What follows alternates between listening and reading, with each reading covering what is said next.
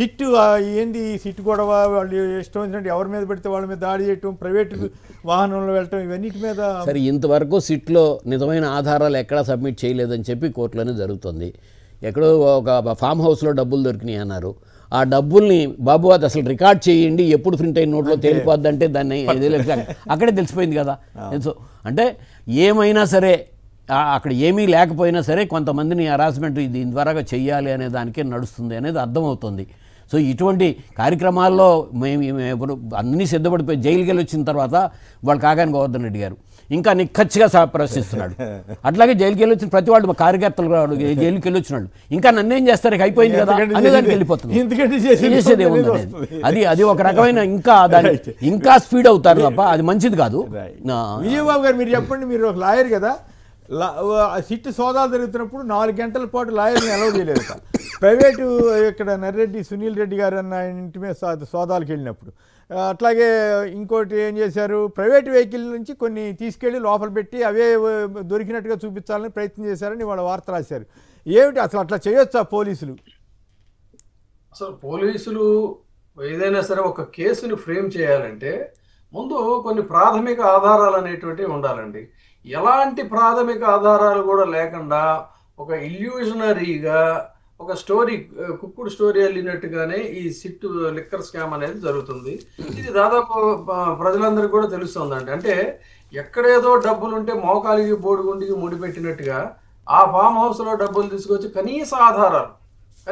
కనీసమైనటువంటి ఆధారాలు కూడా లేకుండా అవి లిక్కర్కి సంబంధించినవి చెప్తారు. ఇంకేదో ఎక్కడికి వెళ్ళి హార్డ్ డిస్కులు దొరికినాయి అంటారు. ఇప్పుడు ఒక సంస్థ ఉందండి, ఒక సంస్థకి సంబంధించినటువంటి హార్డ్ డిస్క్లో దాని రిలేటెడ్ ఇక్కడ ఉండొచ్చు, అక్కడ ఉండొచ్చు, అంతే తప్ప అక్కడెక్కడో ఏదో హార్డ్ డిస్క్ ఉందో అందులో ఏముందో మళ్ళీ చెప్పరు. ఇవన్నీ తర్వాత ఇది ఇలా ఉంటే అసలు సిట్ అనేటువంటిది ఒక రహస్య విచారణ లోపల వాళ్ళని ఇంటరాగేట్ చేస్తున్నప్పుడు ఎలా ఇంటరాగేట్ చేశారు, ఏమి ఇంటరాగేట్ చేశారు, ఎన్ని గంటలు చేశారు, ఇవన్నీ కూడా ప్రత్యక్ష లైవ్ లాగా అసలు అనుకూల మీడియా, టీడీపీ అనుకూల మీడియాలో ఏ విధంగా వస్తున్నాయండి.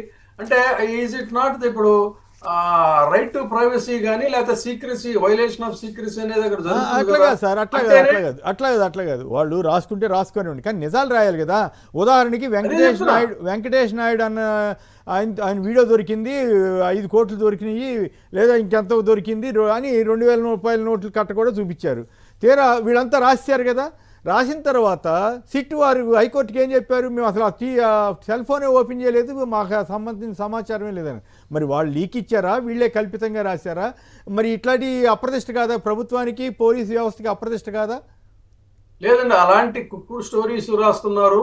అంతేకాకుండా లోపల ఏం జరిగింది ఏంటి అనేది ఒక మినిట్ టు మినిట్ డైలాగ్ రూపంలో కూడా రాస్తున్నారు.